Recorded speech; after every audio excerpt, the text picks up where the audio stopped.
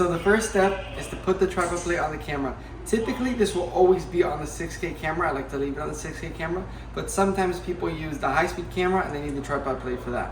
So in the event that it's not on there, you need to remove the tripod plate from the high-speed camera and put it here. So it's very simple. You want to keep the teeth of the tripod plate in the same direction that your lens is pointing. So this right here goes into this slot here. You simply hand screw it at first just to get the threading going. And then of course you want to make it nice and straight there. So once you feel like you threaded it nicely and you can't do it anymore with your hands, make sure it's straight. Be careful. Do not hold the camera just from the lens. Hold it from the body and the lens right here. So all in one. Then take your keys and the blunt end of the key here. Put it in here in the slot and twist it till it's tight. You don't have to like go crazy, but twist it till it's nice and snug and make sure it feels nice and snug. So now when you want to mount the camera onto the tripod itself, it's very simple. If you look at this lever, you want to make sure that it's pointed all the way to the right. And then of course, you see how it's to the right? Sometimes it'll accidentally be left to the left. So you want to make sure it's to the right. And then when you do that, line up the teeth here with the teeth on the tripod and it'll clip into place. And now you're all set. You're going to need the cantilever arm of this tripod. You need to be very careful.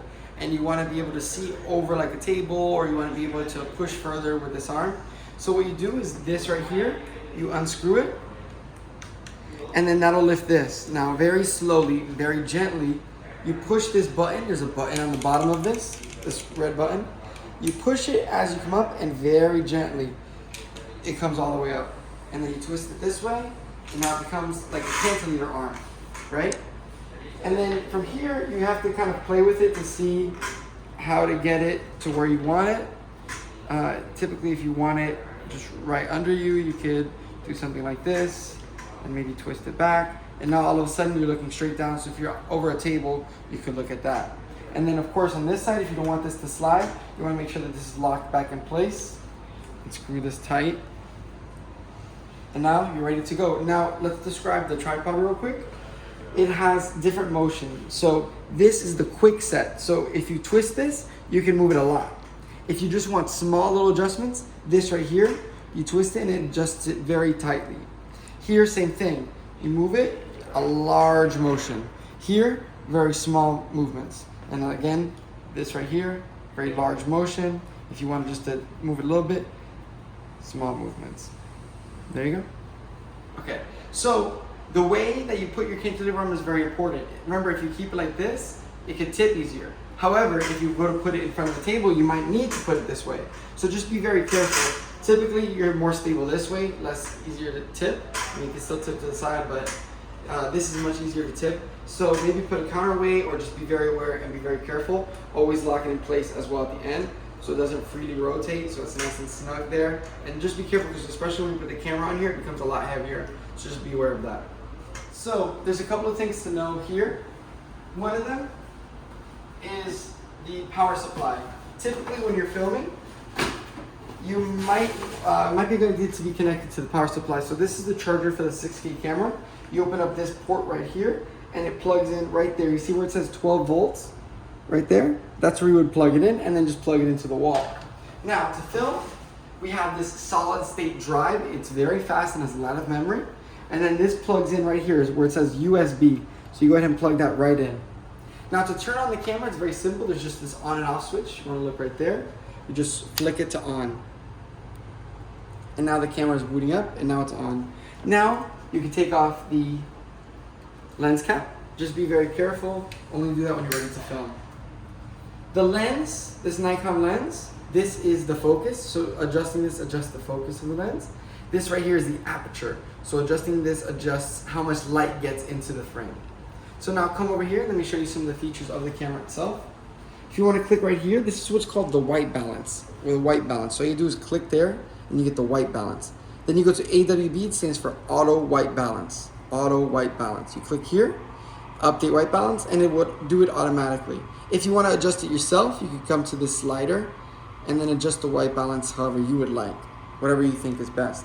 It also has some presets for a cloudy day, inside, fluorescent lighting, or a really sunny day. So those are just some of the presets that it could have. Now, this ISO, I wouldn't really worry about it too much or adjust it. Just know that if you're in a really dark area, you can always adjust the ISO and it would give you a brighter image. However, it becomes much grainier. The lower the ISO, the better, however, the darker. So it's sharper when it's lower, but it can be darker. So then you have to play with that and the aperture and things like that. I wouldn't really touch the ISO unless absolutely necessary. In most situations in the lab, it's not gonna be necessary. 500 is a good number. I typically like to leave it there.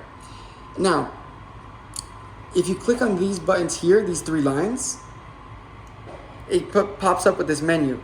So for Blanca samples, I like to do this one, this 6K 2.4 by 1, because it's still 6K. However, instead of being such a wide image, it's a little more narrow. And for her sample, that's all you need, and it lets you record for longer, while still having 6K resolution. So I like that one for Blanca samples. In regular 6K, you would just shoot 6K, 3x1 is the best. So 6K, 3x1 is the highest settings. This 6K is still 6K, but it's a little bit narrower instead of a wider view, it's narrower. And you don't really need that wide view. We crop it anyways, so it's perfect. It lets you record longer, less memory, it's phenomenal. So I like to record it there for Blanca's setup.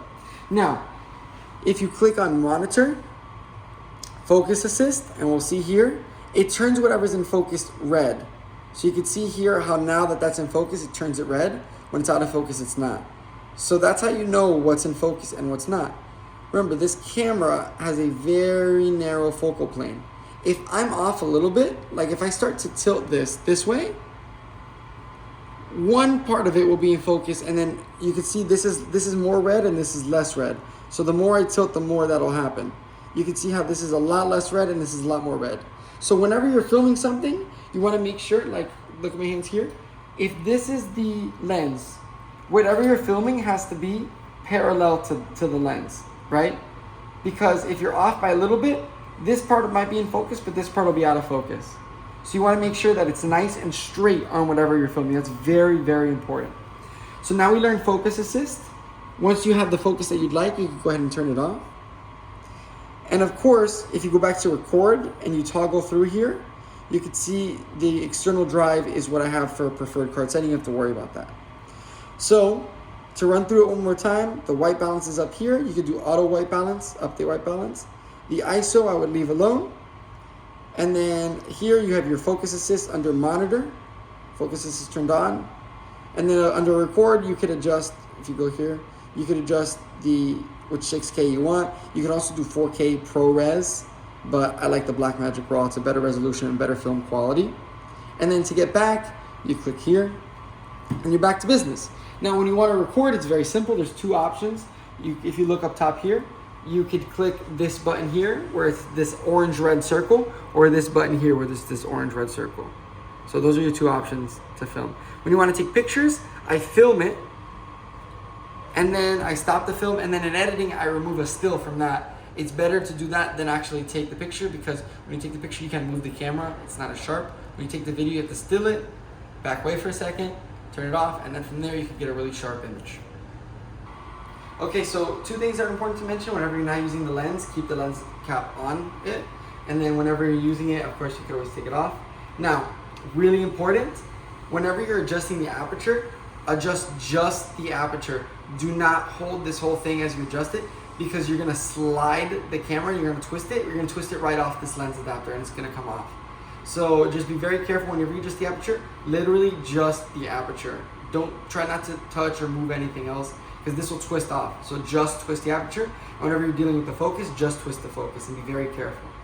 Okay, so there's two different options that you could record on. You could record on the CFast 2.0 memory card that's inside the camera, or you could record on the solid state drive.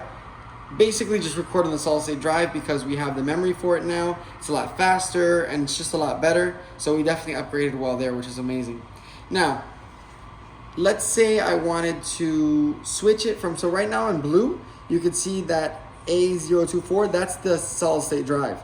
If I wanted to record on the other one, I'd click and I just click there. But of course we want to record on solid state drive.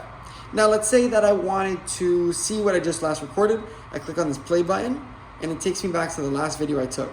You click play there and you can see it and you can even zoom through it. Now, what happens if I want to go back to recording? Well, all you have to do is click on this record button right here. That takes you back to the live view, and now we're live. And there you go.